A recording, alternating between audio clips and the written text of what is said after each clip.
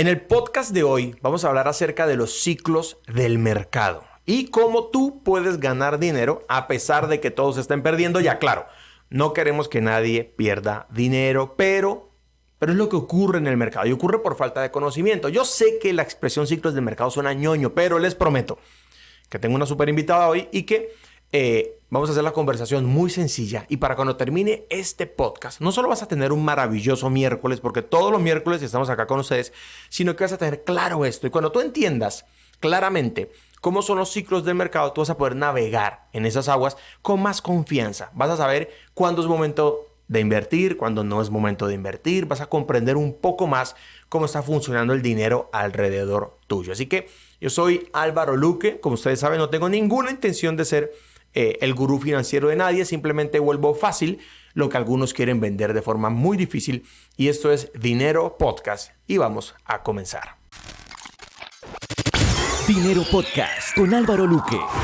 Bien, muy buenos días. Como todos los miércoles en la mañana, tengo siempre conmigo un coanfitrión, un miembro de mi equipo principalmente, porque son personas que han comprendido el propósito de lo que estamos haciendo hoy acá. Y tengo una súper invitada, que es Jennifer Celis. Jennifer, buenos días. Hola Álvaro, buenos días. Bien, gracias Jennifer. ¿Cómo te sientes en el día de hoy en tu primer podcast? Súper bien, emocionada.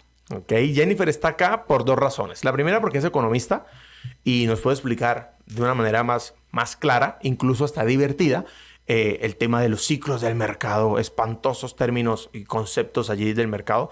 Y la segunda razón es porque nuestro otro coanfitrión, Said Durán, está covidiano. Said tiene COVID, resultó positivo, pero está bien. No se preocupen, no va a estirar la pata. Said está bien, es cuestión solamente de que se recupere. Jennifer, cuéntanos acerca de ti, casada, soltera, con hijos, estudiaste economía claramente. ¿Hace cuánto? ¿Qué haces? Cuéntanos. Mi nombre es Jennifer, tengo 22 años, soy egresada de economía, me gradué este año también. No soy soltera, tengo novio. Ok, tiene novio, así que ya bórrenla de su lista, no intenten. Y yo conozco al novio, pues no me van a pedir el número. Y bueno, estoy aquí pues también porque quiero ofrecerles también mis conocimientos, de cierta forma, dárselos a entender de manera fácil, práctica, porque pues sé que los economistas tendemos a enredar un poquito las cosas y pues yo quiero recompensar y resarcir ese daño que les hemos hecho. Sí, se entiende. Pero es parte de ser profesional. Parte de ser profesional es tener un lenguaje profesional. Entonces, lógicamente, en cualquier profesión se utilizan conceptos precisos que todos los profesionales entienden y los demás no entienden. Y por eso se cobra. ¿Sí me hago entender? En la medida que nadie entiende lo que yo digo, pues cobro más, ¿verdad? Pero nosotros jugamos al revés. Nosotros jugamos a que todo el mundo entienda. Jennifer, tú nos tienes 3 trends para el día de hoy en este primer segmento. ¿Cuáles son? Hablemos sobre eso. Bueno, el primero es que la pandemia generó la segunda recesión económica desde 1999 y ya completa 8 meses. Ok, desde prácticamente 21, 22 años no había recesión económica como concepto. De esta magnitud. Sí, de esta magnitud. Y lleva 8 meses. Eso es como estar en coma 8 meses, ¿no? Está súper grave eso y ya vamos a aclarar ese término. Sí. El segundo es que China anota un crecimiento récord en el PIB sobre el 18,3% en el primer semestre del año. Es decir, pese a las condiciones globales en las que nos encontramos, China está creciendo, lo cual es algo bastante sorprendente. Y conveniente. Pero antes de que te saltes al tercero, solo por aclarar, quizás haya alguien ahorita que va conduciendo a su trabajo y no tiene claro el concepto del PIB. Explícanos, ¿qué es el PIB? Bueno, el PIB es un indicador de cada país, el cual mide la producción total que tienen los sectores económicos de ese país. Todos los sectores económicos lo involucra todo. Entonces, el PIB mide como va súper ligado al crecimiento de ese país. Entonces, a medida que crezca, quiere decir que el país está produciendo más, que está creciendo. Y eso es lo que es como tal el PIB, un indicador que es súper importante y que nos ayuda a medir el crecimiento de un país. Bien, ahorita para los que nos están escuchando y los que nos ven en YouTube y los que nos escuchan en Spotify y todas las plataformas, esta es la segunda vez que grabamos este podcast porque estábamos grabando y Pipe no estaba grabando el audio. Pues imagínense un podcast sin audio. Y ahorita habíamos dado un ejemplo. Lo voy a poner de nuevo sobre la mesa a ver si queda bien claro. Supongamos que tengo mi casa y somos 5 en la casa, ¿no? El perro que no trabaja, mi esposa y yo que sí trabajamos y digamos que tengo 2 hijos grandes que también trabajan.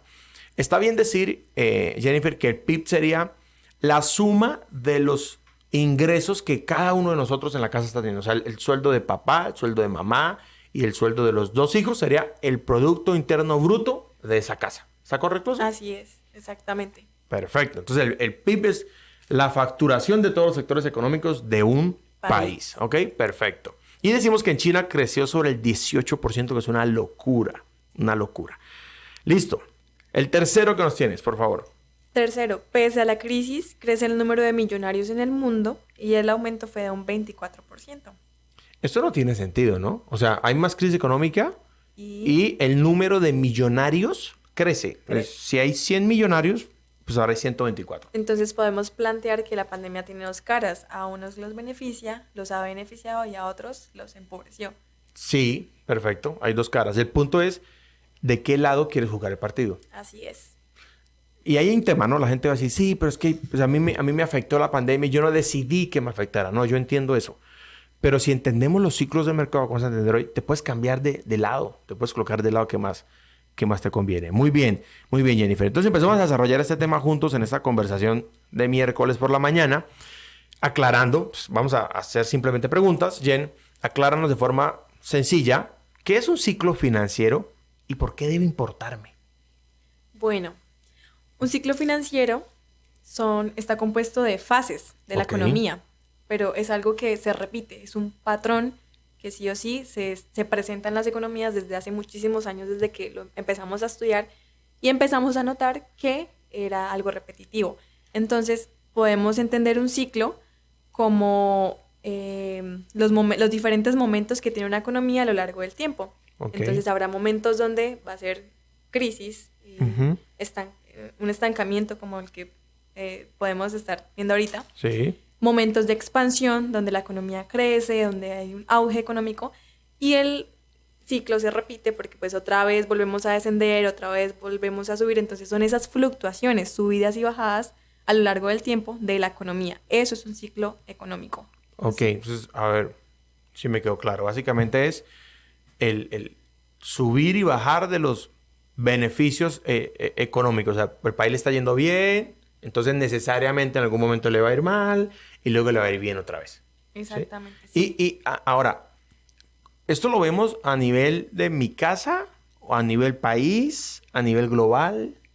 Eso lo vemos a nivel global y también se puede estudiar el ciclo económico de un país como tal. O sea, tú lo puedes ver desde donde quieras. Ok. Pero en macro, cuando es algo macro, o sea, a nivel de todos los países es donde más vemos estos cambios, estas Son como fluctuaciones. Olas, exactamente. Okay. Porque de todas formas, pues, o sea, ahorita con la globalización, todos los países estamos conectados, entonces es imposible que algo que pase en Estados Unidos no nos afecte a día de hoy, así como a otros países. Sí, yo diría que todos debemos tener los ojos puestos en China y en Estados Unidos. Estados Unidos es la economía más fuerte que ha habido en toda la historia de la Tierra, ¿sí? Y China está empezando a tomarse ese lugar. Se lo están disputando. Se lo están disputando entre los dos. Entonces, esto es como, volviendo al ejemplo de la casa, es como que los dos hijos trabajan, sí, pues se ganan algo, pero papá y mamá se ganan 100 veces más. Entonces, lo que pasa en el trabajo de papá y mamá es lo que va a joder la casa al final. Así es. ¿No entendés? No, pues a mí me está yendo bien, sí, pero a papá le bajaron el salario a la mitad. Ya nos vamos a joder todos de todas maneras. Entonces, tú me dices que los ciclos del mercado tienen fases. ¿Cuáles son? Vamos a enumerarlas para explicarlas en esta mañana. Bueno, la primera fase es la depresión. ¿Ok? ¿Eso es arriba o abajo? Abajo. Es Abajo. el punto más bajo al que puede llegar la economía. La depresión también se entiende como crisis. ¿Ok? La siguiente fase es de recuperación, cuando ya comienza la curva, digamos que es una curva, Sí. cuando ya comienza a subir y empieza a crecer. ¿Esa también se llama expansión o es diferente?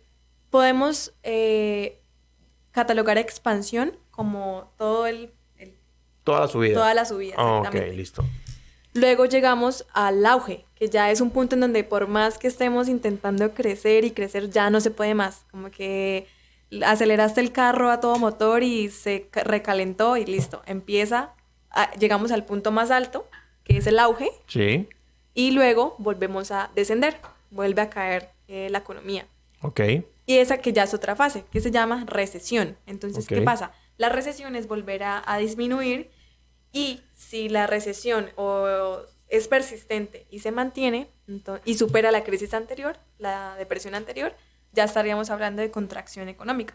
O sea, aquí las caras buenas son recuperación y auge. ¿Sí? Sí. Cuando vamos para arriba. Y las caras malas son 3. Depresión, recesión y contracción. Y contracción. La gente, cuando le dicen, mira, hay recesión económica y depresión, casi como que dicen, es como lo mismo, pero no es lo mismo. ¿Qué diferencia hay entre la depresión y la recesión? La recesión es cuando está disminuyendo. Sí. Entonces, llegamos al punto alto y empezamos a caer. Eso es recesión. Como que se Se desacelera. desacelera, exacto, y Pero- comienza a caer. pero no es lo peor. No, no es lo peor. Porque pues puede que se desacelere por ciertos factores, pero después vuelve y coge rumbo. Pero si se sigue desacelerando prolongadamente, hasta el punto en que ya o sea, supera un punto bajo, o se empieza a consolidar en un punto bajo, llegamos a la depresión, Ok. que es como una crisis. Y luego, si esta depresión que estamos viviendo es peor que la que vivimos en la pasada que se vivió, Sí. ya estamos hablando de una contracción de la economía. Ok, eso la contracción es lo más peligroso. Sí, la contracción. Yo estaba tomando un café hace como 1 año y medio con Manuel Vuelvas, que falleció en noviembre, fue uno de mis mentores. Y le hice esta pregunta, le dije entre recesión y contracción. Y él me decía, la diferencia es tiempo. O sea, depresión, recesión y contracción van para abajo. El tema es cuánto dura. El tema es ¿Cuánto dura? Y yo le decía, bueno, entre recesión y contracción. Me decía, mira, contracción es muy sencillo. Tú lo explicarás así. A ver si a ti te parece que está bien, ¿no? Tú eres la experta. Imagínate que en tu ciudad hay 10 restaurantes. Cuando hay recesión, esos restaurantes venden menos. Pero cuando hay contracción, ya no hay 10, quedan 2. Se recoge la economía. O sea, es la ola cuando se está yendo. Y es una zona muy peligrosa, van a entender, de la economía. ¿Está bien el ejemplo Sí. o no jala? Entonces tenemos que entender también que en estas diferentes fases, indicadores como la inflación, el empleo, la producción de un país, el PIB, Sí. se afectan drásticamente dependiendo de cuál fase estemos hablando. Ok. Yo puedo entender la fase si entiendo ciertos indicadores. Si los volteo a mirar, puedo decir... Claro. ¿Qué tengo que observar en el tablero de control de la economía? El empleo, por ejemplo, si hay bajo empleo, El desempleo, la tasa de desempleo. la tasa de desempleo, exactamente. El PIB, de lo que les expliqué al comienzo. Sí. También la inflación. La inflación, tengo que estar mirándola. Exactamente. Y podemos ver también ya aspectos más complejos como las tasas de interés. Pero pues simplemente con empleo, inflación y PIB ya podemos determinar como lo que está pasando. No sé si tengas otro en Sí, mente. yo sí pondría pondría los 4. Intereses bancarios, PIB, inflación y dijimos empleo. Empleo. A ver, empleo, Tasas de interés. tasa de interés, PIB e inflación. Esas 4 variables tengo que verlas.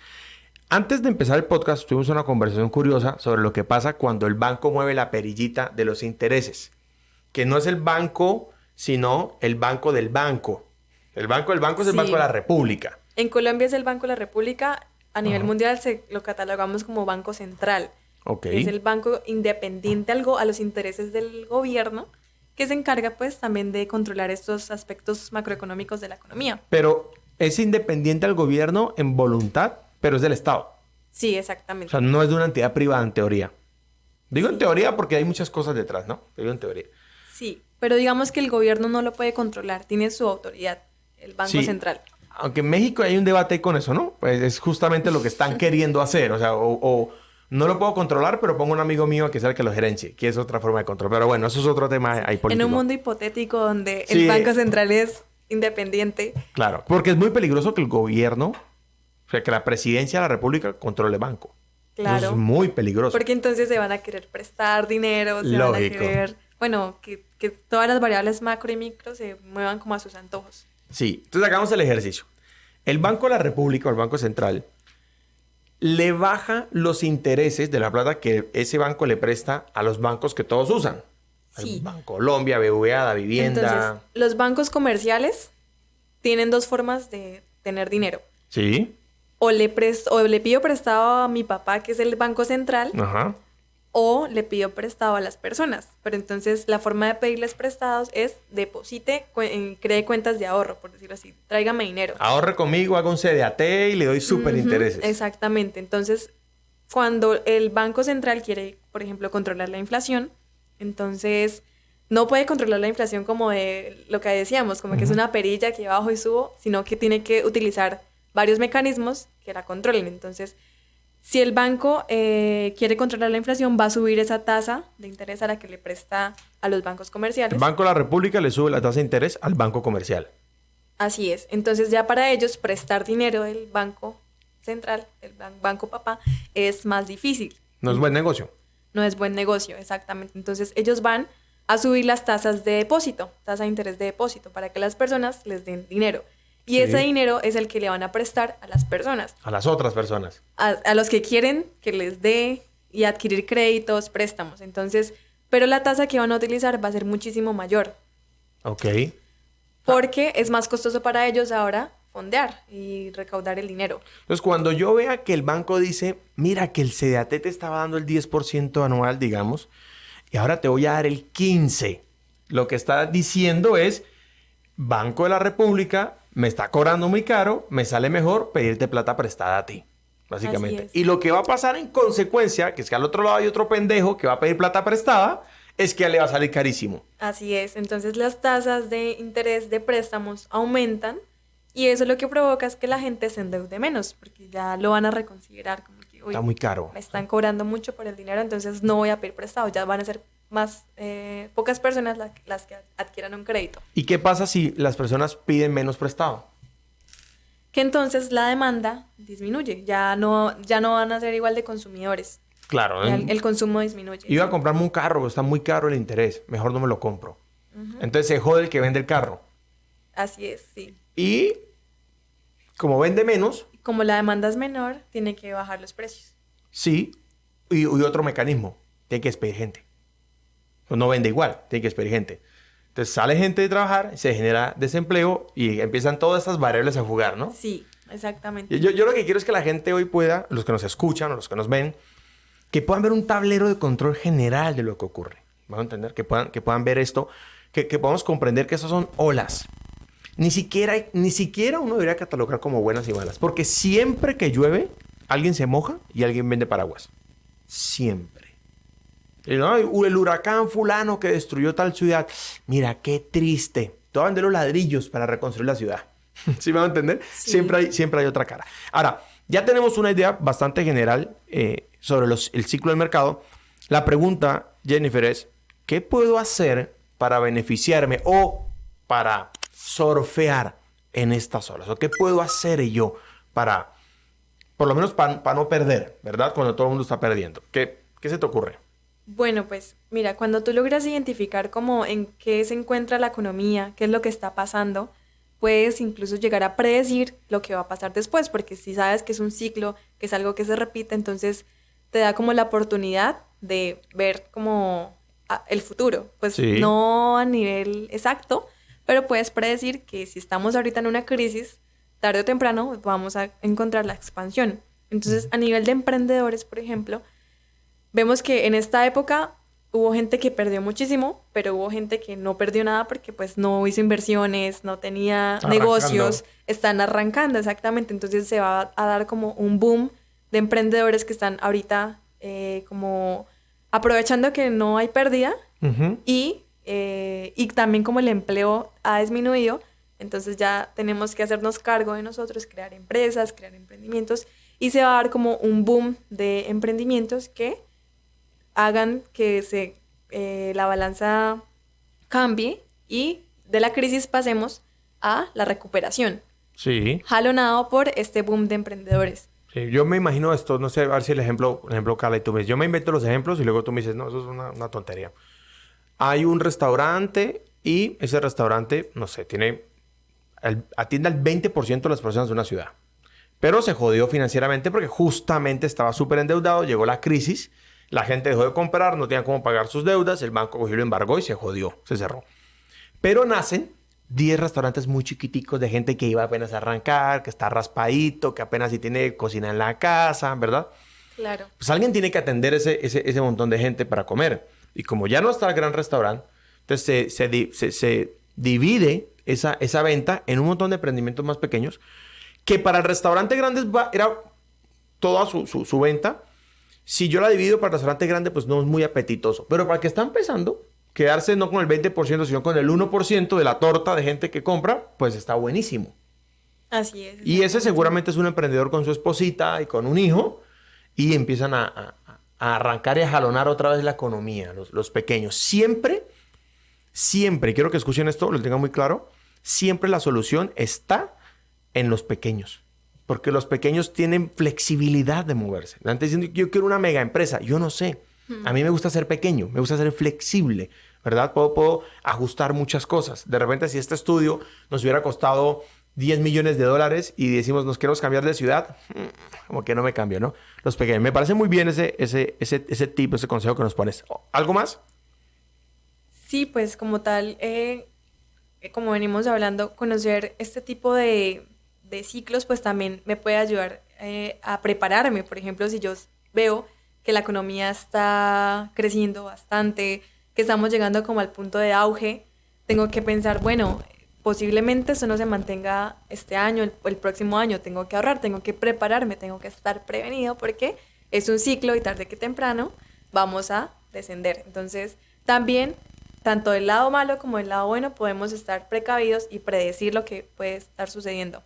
Sí, yo lo veo así como para aterrizar ya y finalizar, porque estos podcasts siempre decimos, no, que van a ser de 20 minutos, siempre vamos con media hora. Yo, por ejemplo, gerenciando esta empresa, algo que no le he dicho al equipo y se van a enterar hoy por podcast, estoy organizando un dinero bastante significativo con las ventas que Luca Academy ha generado para hacer unas inversiones en Texas, ¿verdad? Comprando casas viejas. Y hay una página web de una amiga que me encanta que dicen, nos gustan las feas. O sea, casas viejas y feas nos encantan. Ahorita no es como el boom, ¿no? Ahorita el gobierno de Estados Unidos está regalando plata. Entonces, los que no saben, en Estados Unidos hay un problema ahorita y es que hay exceso de empleo y la gente no quiere trabajar. Porque llega un cheque de $1,000, $2,000 al mes a la casa y ¿para qué se mata? O sea, se fueron a prosperar y en lugar de decir voy a trabajar y hago más plata y tengo ahorro, no, se fueron a relajarse. Entonces hay mucha plata en el mercado, la gente está relajada. Lo que significa que viene un madrazo, o sea, viene un súper problema.